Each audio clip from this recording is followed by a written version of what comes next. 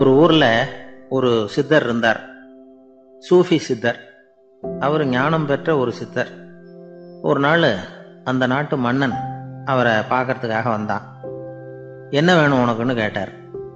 நான் கடவுளை பார்க்கணும், அதுக்கு நீங்க தான் உதவி பண்ணணும் அப்படின்னா அவன். சித்தர் கொஞ்சம் யோசனை பண்ணார். சரி, போயிட்டு நாளைக்கு வாடினார். அதே மாதிரி மன்னன் போயிட்டு அடுத்த நாள் வந்தான். இங்கே நீ என்னோட ஒரு வாரம் தங்கியிருக்க வேண்டியிருக்கும்னார். சரின்னா ஒரு பிச்சை பாத்திரத்தை தூக்கி கையில் கொடுத்தார். அவனுக்கு ஒன்றும் புரியல, இருந்தாலும் வாங்கிட்டான். வாங்கிட்டு இதை என்ன செய்யணும் அப்படின்னு கேட்டான். இதை ஒன்றும் செய்ய வேணாம், இதை எடுத்துக்கிட்டு பக்கத்தில் உள்ள கிராமங்களுக்கு போ, வீடு வீடாக பிச்சை எடுத்துக்கிட்டு வா. அப்படி வந்த பிறகுதான் உனக்கு சாப்பாடும் ஓய்வும் கிடைக்கும்.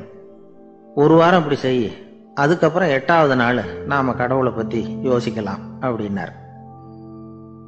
இப்படி ஒரு சொன்னதை கேட்டதும் அந்த அரசனுக்கு அதிர்ச்சி ஆயிட்டது.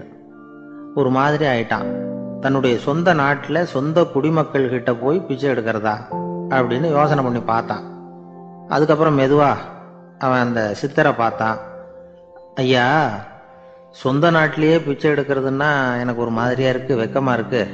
நான் வேணும்னா வெளி தேசத்துல எங்கேயாவது போய் பிச்சை எடுக்கவா அப்படின்னு கேட்டான். இதுக்கு அந்த சித்தர் ஒரு சம்மதிக்கலை.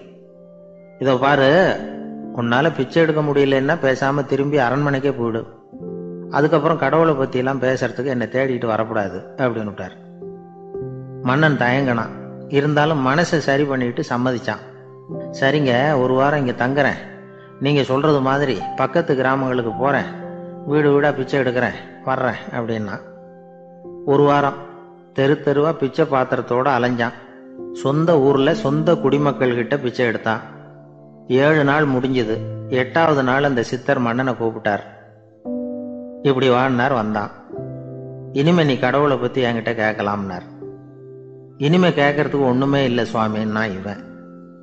ஒரு வார காலம் பிச்சை எடுத்த பிறகுதான் கடவுளை காண முடியும் அப்படின்னு நான் கனவு கூட காணவில்லைன்னா. அப்படின்னா நீ பிச்சை எடுத்த காலத்துல அப்படி என்னதான் நடந்தது அப்படின்னு கேட்டார் அவரு. சுவாமி, ஒரு வார காலம் பிச்சை எடுத்ததுல என்னுடைய ஆணவம் அழிஞ்சுட்டுது. அது இப்போ இருக்கிற இடமே தெரியல. இப்போ அதை காணவே காணோம். பிச்சைக்காரனா இருந்தப்போ பெற்றதை மன்னனாக இருக்கும்போது பெற முடியாதுங்கிறத புரிஞ்சுக்கிட்டேன் அப்படின்னா மன்னன். அடக்கம் பிறந்தவுடன் தெய்வீக கதவுகள் திறந்து கொள்ளுகின்றன அப்படிங்கிறார் ஓஷோ. நம்மால் ஒருத்தன் ஆணவம் அழியணுங்கிறதுக்காக ஒரு திருவோட்டை எடுத்துக்கிட்டு தெரு தெருவா பிச்சை எடுக்க ஆரம்பிச்சான். என்ன, தெய்வீக கதவுகள் திறந்துதா அப்படின்னு கேட்டார் ஒருத்தர். தெய்வீக கதவு திறக்கிறதுக்கு முன்னாடியே எங்க வீட்டு கதவு சாத்திக்கிட்டுதுன்னா. என்னடா சொல்றேன்னார்.